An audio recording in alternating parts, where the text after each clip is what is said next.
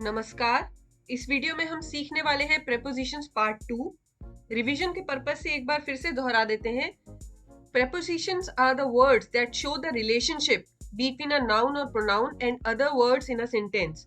मतलब prepositions वो special words होते हैं जो कि हमें बताते हैं कि किसी नाउन प्रोनाउन का बाकी के वर्ड्स के साथ जो सेंटेंसेस में है क्या रिलेशनशिप है। एग्जाम्पल के लिए, I am from Delhi. I is the pronoun in the sentence and Delhi is the noun, and from in the sentence is showing the relationship of I and Delhi।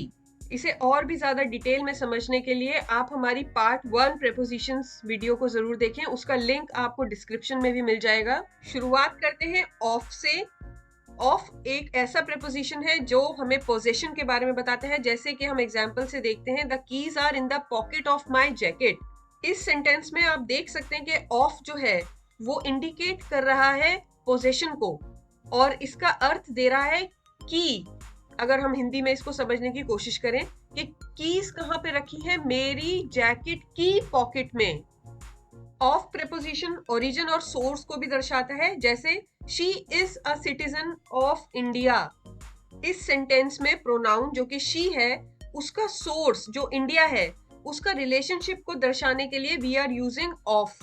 Material composition यानी कोई भी वस्तु किस चीज से बनी हुई है वहां पर भी हम ऑफ का प्रयोग करते हैं। The table is made of would. यदि हम इस सेंटेंस की कॉम्पोजिशन को समझें तो हम ये पाएंगे कि टेबल किससे बनी है, वुड से।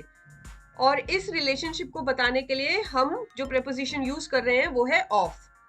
किसी चीज के डिस्क्रिप्शन या कैरेक्टरिस्टिक को बताने के लिए, जैसे he is a man of great intelligence. Great intelligence एक किसी का डिस्क्रिप्शन है या एक कैरेक्टरिस्टिक है प्रोनाउन का। प्रोनाउन है ही। तो जब हम इन दोनों को आपस में रिलेट कर रहे हैं तब भी हम ऑफ वर्ड का यूज करते हैं। पार्टिटिव, 2 out of 5 students pass the exam.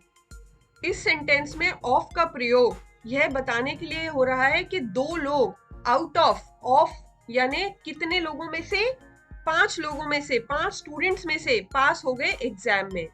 I ate a piece of cake. Piece of cake मतलब किसका पीस है, केक का। यहाँ पे एक पोजेशन भी है और साथ में एक पोर्शन को भी दर्शाने के लिए हमने ऑफ का इस्तेमाल किया है। प्रेपोजिशन ऑफ टाइम को मेजर करने के लिए या फिर दूसरी मेजरमेंट्स को भी दर्शाने के लिए यूज होता है, जैसे she rain a distance of 10 kilometres.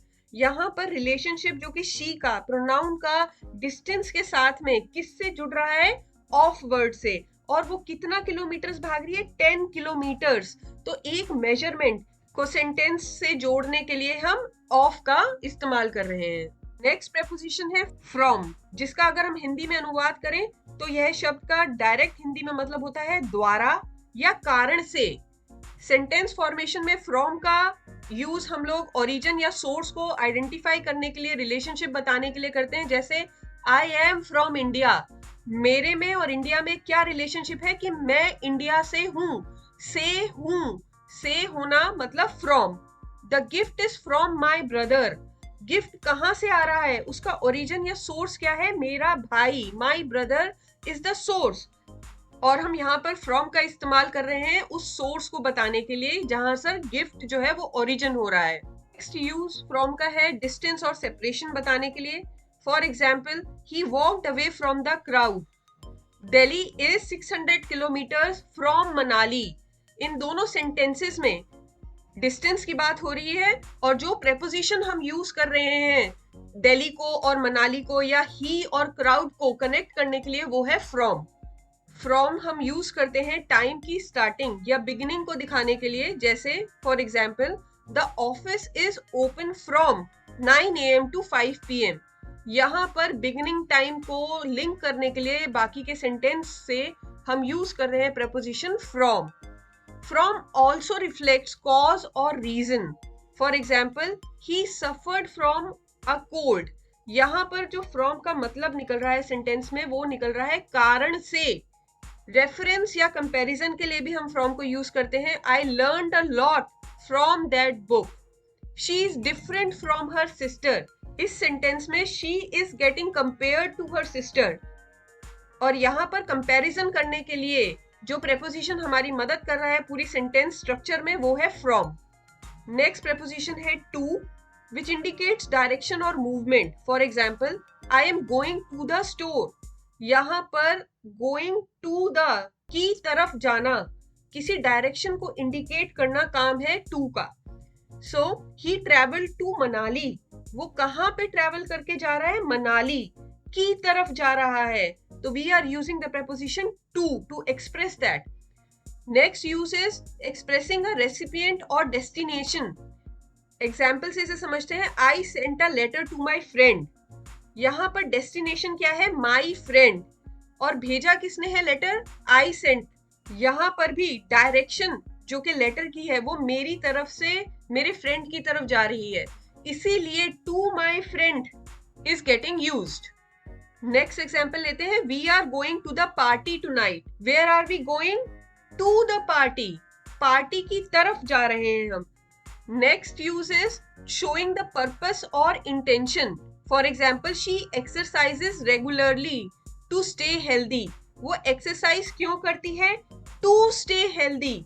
यहाँ पर भी डायरेक्शन है टूवर्ड्स स्टेइंग हेल्दी, तो हम टू का इस्तेमाल कर रहे हैं। He saved money to buy a new car. उसने मनी सेव क्यों करी? To buy a new car. यहाँ पर एक पर्पस, एक इंटेंशन को रिफ्लेक्ट करने के लिए हम to का इस्तेमाल कर रहे हैं। to हम यूज करते हैं डिनोट करने के लिए एक रेंज को, एक लिमिट को, या कंपैरिजन या रेशो को भी। जैसे the temperature range from 20 to 40 degree Celsius. यहाँ पर जो रेंज है 20 से लेकर 40 तक, से is the connecting word and we are using to reflect the relationship. Next example से और भी ज्यादा क्लियर हो जाएगा, the ratio of boys to girls in the class is 2 to 3. Next preposition है for. यदि हम for का इस्तेमाल हिंदी में देखें तो के लिए, जहां भी हम हिंदी में इस्तेमाल करते हैं वहां पर हम for यूज कर सकते हैं। फॉर एग्जाम्पल, इंडिकेटिंग पर्पस और इंटेंडेड यूज, जहां पर भी हमें यह बताना हो कि किसी चीज का पर्पस क्या है या उसका इस्तेमाल किस तरह से करना है, तो हम फॉर को यूज करते हैं। For example, this book is for learning English. ये किताब किसके लिए है? किस पर्पस के लिए है? इंग्लिश को सीखने के लिए है। फॉर का इस्तेमाल हो रहा है के लिए को बताने के लिए। He bought flowers for his mother. यहाँ पर वो फ्लावर्स किस पर्पस से खरीद रहा है? अपनी मदर के लिए। अब के लिए शब्द आ रहा है तो हम जानते हैं कि यहाँ पर फॉर प्रेपोजिशन का इस्तेमाल किया जाएगा। एक्सप्रेसिंग ड्यूरेशन, जब सेंटेंस फॉर्मेशन में हमें टाइम की ड्यूरेशन को एक्सप्रेस करना हो वहां पर हम फॉर का इस्तेमाल करते हैं। एग्जाम्पल के थ्रू इसे देखते हैं, I will be on vacation for 2 weeks। यहाँ पर हम जानते हैं कि एक टाइम ड्यूरेशन दी हुई है विच इज 2 weeks, और इसीलिए हम 2 weeks को और आई को कनेक्ट करने के लिए बाकी के सेंटेंस से कौन सा प्रीपोजिशन यूज करने वाले हैं? फॉर। नेक्स्ट एग्जांपल देखते हैं, they have been friends for over 5 years। Over 5 years को हम बाकी के rest of the sentence structure से कैसे कनेक्ट कर रहे हैं?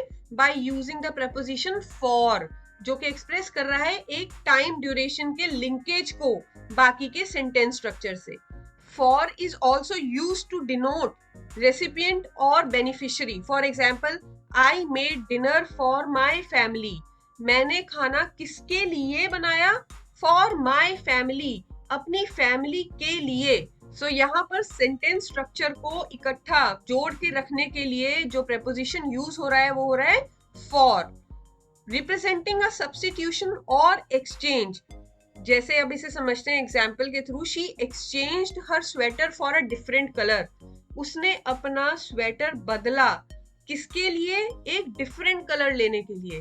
तो यहाँ पर हम एक सब्स्टिट्यूशन या एक एक्सचेंज लेके आ रहे हैं, तो यहाँ पर भी फॉर का इस्तेमाल किया जाएगा। शोइंग अ कॉज और रीजन, कि किसी चीज को आप क्यों कर रहे हैं। That he apologised for his mistake. Apologise का अर्थ है सॉरी मांगना, किसी चीज के लिए खेद व्यक्त करना। तो यहाँ पर ही इज अपोलोजाइजिंग, यानी वो क्यों माफी मांग रहा है? अपनी मिस्टेक के लिए। तो यहाँ पर भी जो फॉर का अर्थ आ रहा है वो आ रहा है के लिए। Next use of for is indicating support. जब हम कहना चाहते हैं that I am voting for him in the election, मैं किसके लिए वोट कर रहा हूँ? For him. यानी यहाँ पर जो एक डायरेक्ट इंडिकेशन आ रहा है वो आ रहा है सपोर्ट का। आशा करते हैं कि आपको हमारा वीडियो पसंद आया होगा और आप हमें लाइक और सब्सक्राइब जरूर करेंगे। यदि आपको प्रेपोजिशंस को और भी ज्यादा डिटेल में समझना है तो हमारे साथ जुड़े रहिएगा। हम नेक्स्ट पार्ट्स में आगे भी प्रेपोजिशंस को ऐड करेंगे और पहले पार्ट 1 को भी आप जरूर देखिएगा, जहां पर हमने डिटेल में प्रेपोजिशन के यूजेस भी बता रखे हैं।